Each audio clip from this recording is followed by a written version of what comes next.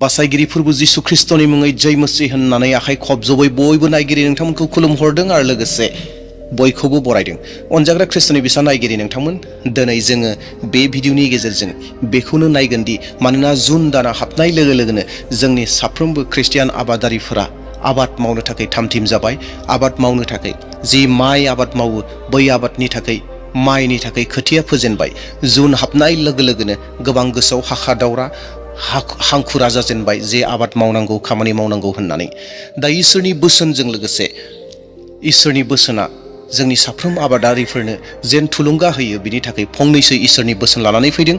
आरो लोगोसे साफ्रोम आबादारिफोरा जेन आबाद मावनाय समाव जेन बोर मोनो, बिनि थाखाय जोबनाय फारसे इसोरनि आशीर्बादनि बोरनि आरज जोङो साफ्रोमबो आबादारिफोरनि थाखाय खालामगोन।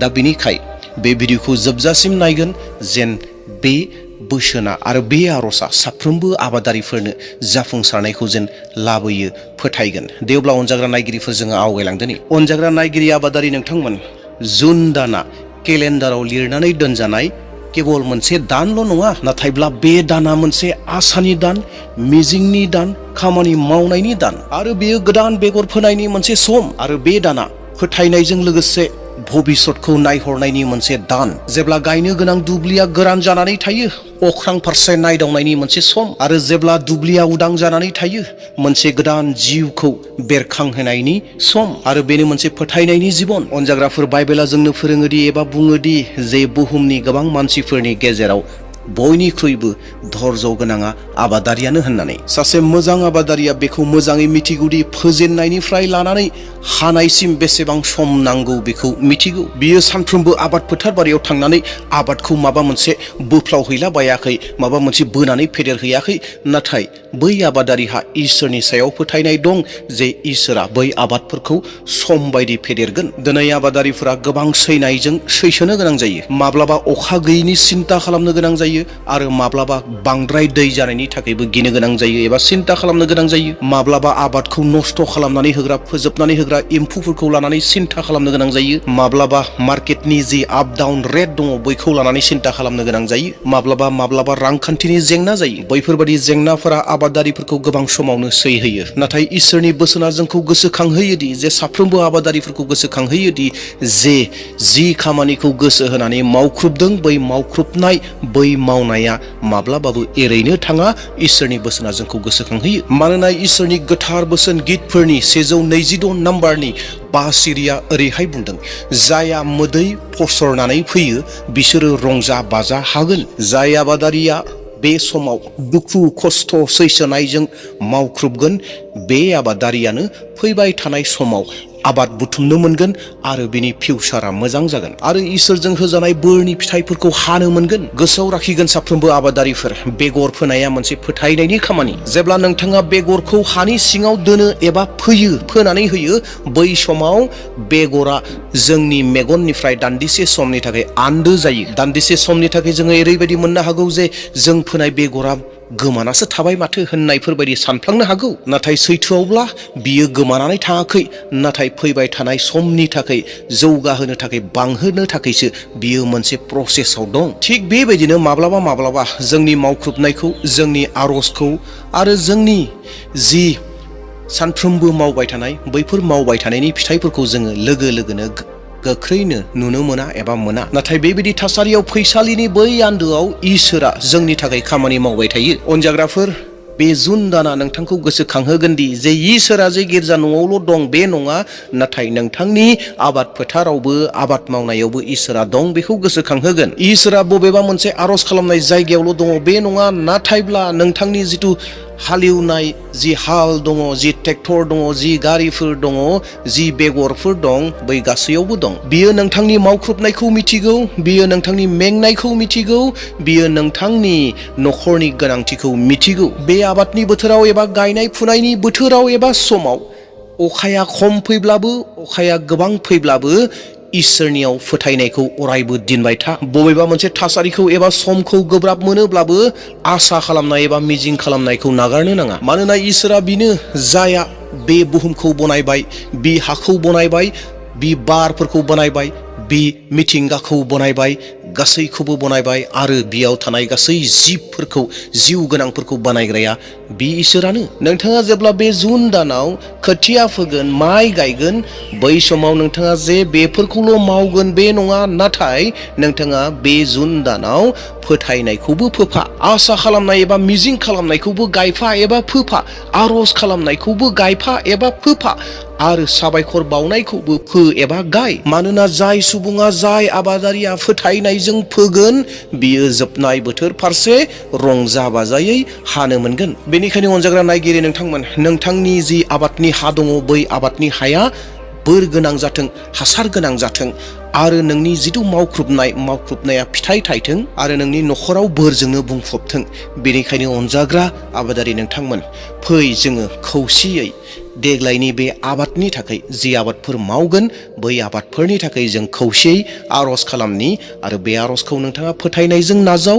मानोना जेरावनो फोथायनाय थायो बेयावनो खामानि जायो। दे अब्ला अनजाग्राफोर, जोङो आरज फारसे आवगायलांदोनि।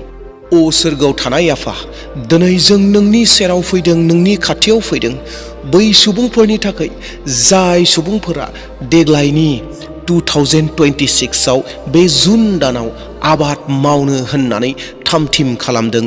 बै सुबुंफोरनि थाखाय नोंनि सेराव फैदों आफा। फोरबु, नों बे हाखौ सोरजिग्रा सोरजिगिरि, नोंनो अखाखौ होग्रा इसोरा। अ आफा, नोंनो आबादफोरखौ मोजां जाहोयो आरो फिथाइफोरखौ थायहोयो। अ फोरबु, दिनै जोङो साफ्रोमबो आबादारिखौ नोंनि आखायाव गथायो। बिसोरनि न'खरखौ, बिसोरनि आबाद मावनायखौ, बिसोरनि जिब जुनारफोरखौ, बिसोरनि आबाद मावनो थाखाय जि आइजेंफोर दङ आरो बिसोरनि जि भबिष्यत दङ, बे गासैखौबो नोंनि रैखाथि गोनां आखायाव गथायदों फोरबु। जेराव सिन्ता दं बैयाव गोजोननायखौ हो, जेराव गिनाय दं बैयाव फोथायनायखौ हो। अ फोरबु, जाय आबादारिफोरा बे दानाव खोथिया फोबाय एबा गोबां रोखोमनि आबादफोरखौ मावनो थाखाय जि जोलैफोरखौ हायाव गारबाय, बै मोनफ्रोमबो आबादारिफोरजों गारजानाय जोलैफोरनि सायाव आशीर्बाद हो फोरबु। अ फोरबु, जेब्ला आबादारिफोरा फुङाव सिखारनानै खामानि फारसे आवगायलाङो, फोरबु बिसोरनो बिसोरनि मोदोमाव गोदान गोहो बोलोफोरखौ हो। जेब्ला बिसोर मावनानै मेङो, नों गोजोननाय हो। जेब्ला बिसोरो निराशा जायो, बै समाव आसा मिजिंखौ हो। अ फोरबु, बोथोराव सम बायदि गोनांथि जानाय बायदि अखाखौ हरदो। जेन गोबांबो नङा, जेन खमबो नङा, जेन जेरै आबादनो गोनांथि जानाय दै, बैबायदि अखाखौ नों हरदो फोरबु। अ फोरबु, आबादनो जिउ होग्रा अखाखौ हर। गासैबो हाफोरखौ हासार गोनां खालाम फोरबु। मोनफ्रोमबो आबादनि रोदाफोरखौ गोगोम खालाम आरो दंफांफोरखौ बोर हो। अ फोरबु, गिथावना बेरामनिफ्राय मोनफ्रोमबो आबादखौ रैखा हो आरो गिथावना एम्फौफोरनिफ्राय रैखाथि हो। नों गावनि आरफोरखौ थोनहरनानै बै आबादफोरखौ नेहोदो फोरबु आरो मिथिंगायारि गिथावना खैफोदफोरनिफ्राय आबादारिखौ आरो बै आबादफोरखौ रैखाथि हो। अ फोरबु, दिनै जों बै आबादारिफोरनि थाखाय आरज खालामदों जाय आबादारिफोरा रांखान्थियारि जेंनायाव गोग्लैनानै दं, जायहा दाहारजोंनो बुंफबनानै दं, जायहा इनकाम खम जादों, जायहा फैबाय थानाय सम एबा फिउचारखौ लानानै सिन्ता जाबाय थादों। अ फोरबु, नों बिसोरनो थाखाय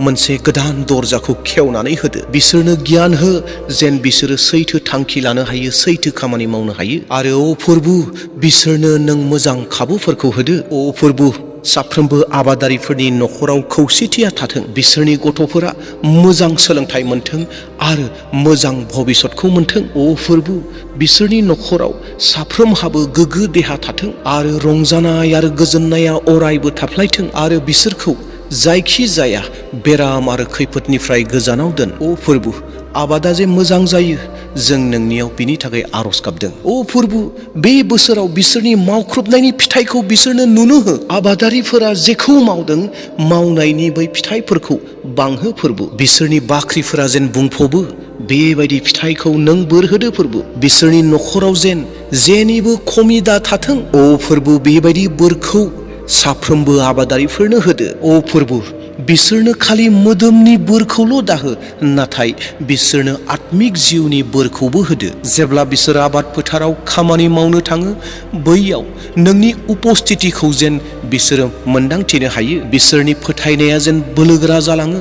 थासारिया जेखि जाया मानो, मोजां जाथों गाज्रि जाथों, जिखुनु जाया थासारियावनो बिसोर जेन नोंनियाव फोथायनायखौ दिन्नो रोङो, बेबायदि बोरखौ साफ्रोमबो आबादारिफोरनो होदो फोरबो। अ आफा, जेरावनो निराशा गोसो बायग्लिनानै दं, बैयाव मोनसे गोदान आसा मिजिंखौ हरदो। जेरावनो जेननानै दङमोन एबा जाफुंसार नुवाखै, बैयाव जाफुंसारनाय एबा देरहानायखौ हरदो। जेराव मेगन मोदै गगासिनो दं, बैयाव रंजानायखौ हरदो। जेराव गोरान जानानै दङमोन, बैयाव उन्नति जौगानाय जानायखौ हरदो। अ बासायगिरि फोरबो जिसु ख्रिस्ट', दिनै जोङो नोंनि मुङाव बुङो दि बे बोसोरनि बोथोरा नोंनि बोर हरनायनि बोथोर जाथों, जौगानायनि बोथोर जाथों, साखि होनायनि बोथोर जाथों, आरो साफ्रोमबो आबादारिफोरा नोंनि बे मावनायखौ नुनानै बयबो नोंखौ बाख्नायनो गोनां जाथों। बोरनि अखा, बोरनि बार, बोरनि सान्दुं जाथोंसै। फोरबो, बिसोरनि आखाइजों मावनाय मोनफ्रोमबो खामानिखौ नों बोर हो। बिसोरनि मावख्रुबनायखौ एरैनो थांनो दाहो। बिसोरनो थोजासे आबादनि फिथाइखौ हो,